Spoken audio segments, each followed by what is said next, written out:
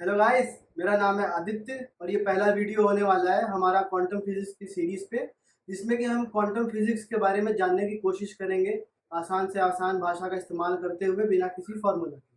तो सबसे पहले हम ये जानेंगे कि क्वांटम फिजिक्स में जो एटम्स होते हैं वो बने बने किस चीज़ से होते हैं, उनका स्ट्रक्चर क्या होता है। और इसी स्ट्रक्चर का बारे में हम डिस्कस करने जाएँ तो सबसे पहले आती है हमारी जे थॉमसन की प्लम पुडिंग मॉडल की थ्योरी। अब ये प्लम पुडिंग क्या होता है, इसे इमेजिन करना हमारे इंडियंस के लिए थोड़ा टफ इसलिए हो जाता है क्योंकि प्लम पुडिंग यहाँ ज़्यादा कॉमन नहीं है। बट अगर हम इसे इस तरीके से समझें कि एक तरबूज लेते हैं। अब प्लम पुडिंग मॉडल के हिसाब से जे थॉमसन का ये कहना था कि जैसे ये तरबूज है और इसमें जगह जगह जगह जगह छोटे छोटे बीज होते हैं।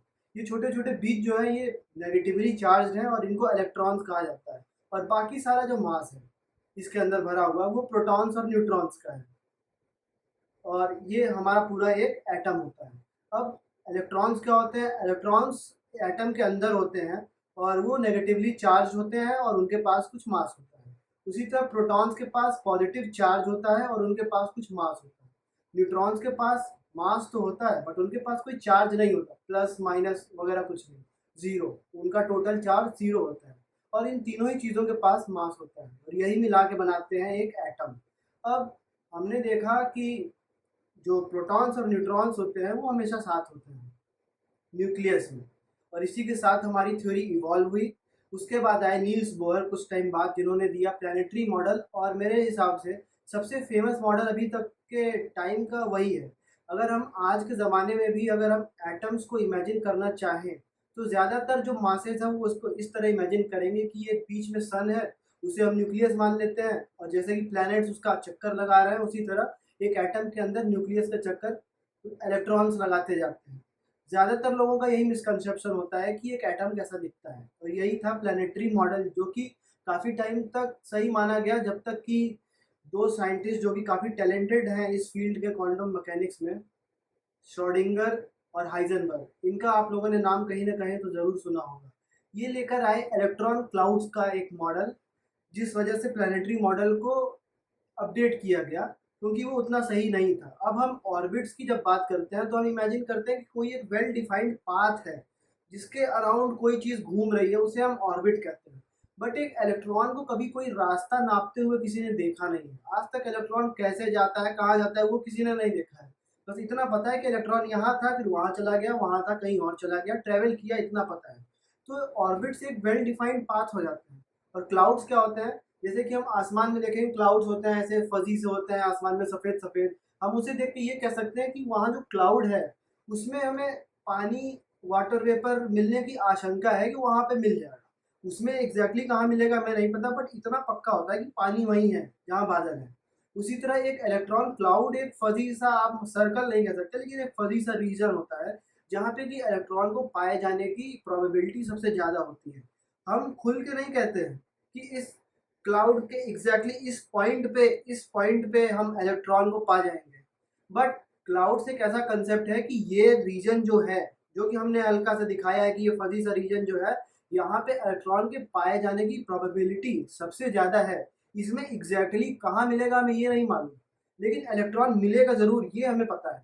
तो उस रीजन को हम लोग कहते हैं इलेक्ट्रॉन क्लाउड। अब इलेक्ट्रॉन क्लाउड का जब मॉडल आया तो उसके साथ काफ़ी सारी चीज़ें आई, जैसे कि एक क्वांटम नंबर्स और उनके अरेंजमेंट सबसे इम्पोर्टेंट कंसेप्ट होने वाला है हमारा आगे चलते हुए। क्वांटम नंबर्स क्या होते हैं?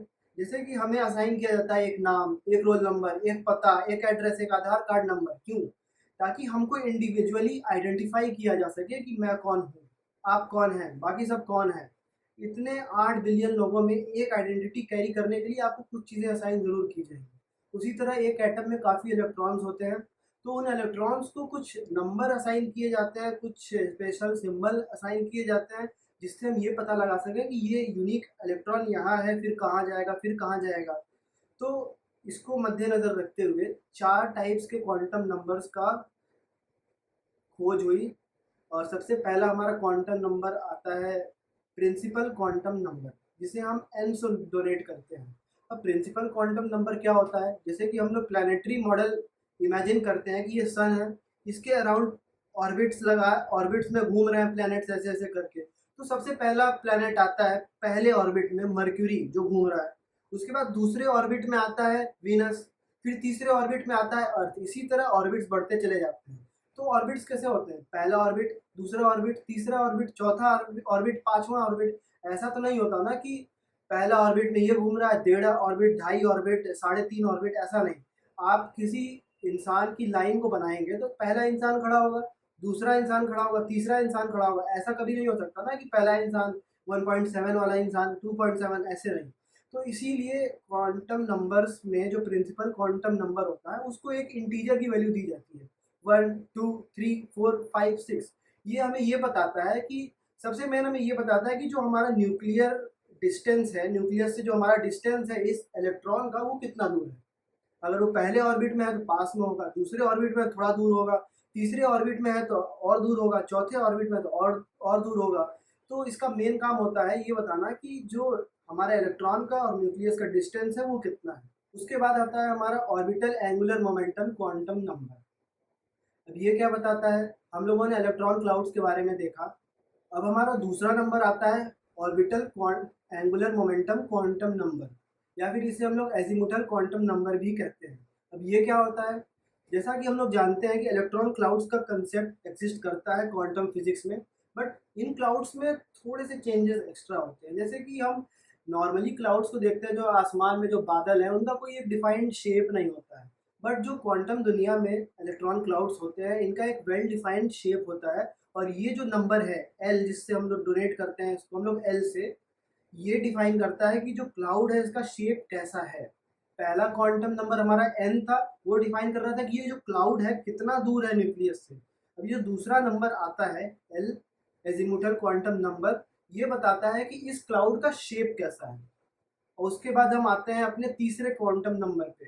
ये तीसरा होता है हमारा मैग्नेटिक क्वांटम नंबर, जो कि हमें ये बताता है कि इसकी स्पेस में ओरिएंटेशन कैसी है।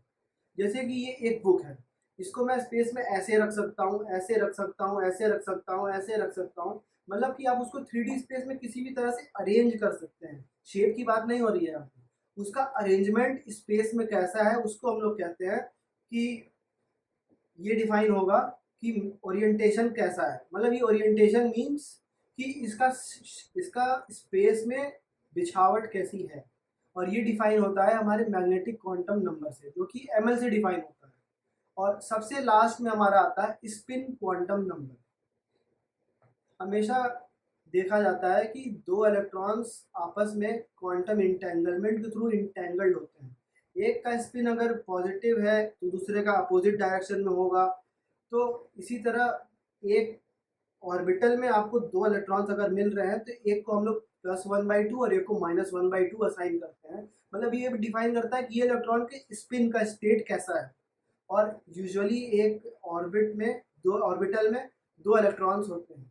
तो स्पिन क्वांटम नंबर ये बताता है कि इन दोनों इलेक्ट्रॉन में कौन सा इलेक्ट्रॉन किस साइड स्पिन कर रहा है। तो ये चार थे हमारे quantum numbers, n, l, m l, m, जिससे हम इनको डिफाइन करते हैं। अब इन क्वांटम नंबर्स की स्पेशल बात ये है कि ये हर एक इलेक्ट्रॉन को यूनिक आइडेंटिटी देते हैं।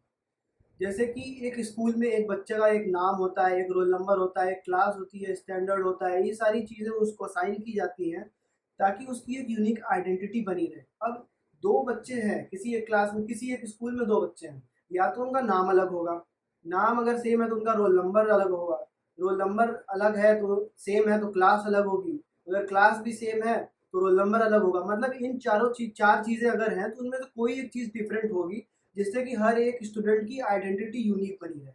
इसी तरह एक इलेक्ट्रॉन के जो चार क्वांटम नंबर्स असाइन किए होते हैं उनमें से उसको एक यूनिक वैल्यू मिलती है, जिससे कि हम उस इलेक्ट्रॉन को या फिर बाकी किसी सब एटॉमिक पार्टिकल को हम आइडेंटिफाई कर सकते हैं।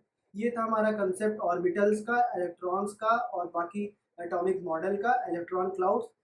अगले वीडियो में हम जानेंगे कि क्वांटम फिजिक्स इस बेस पे कैसे इवॉल्व हुई।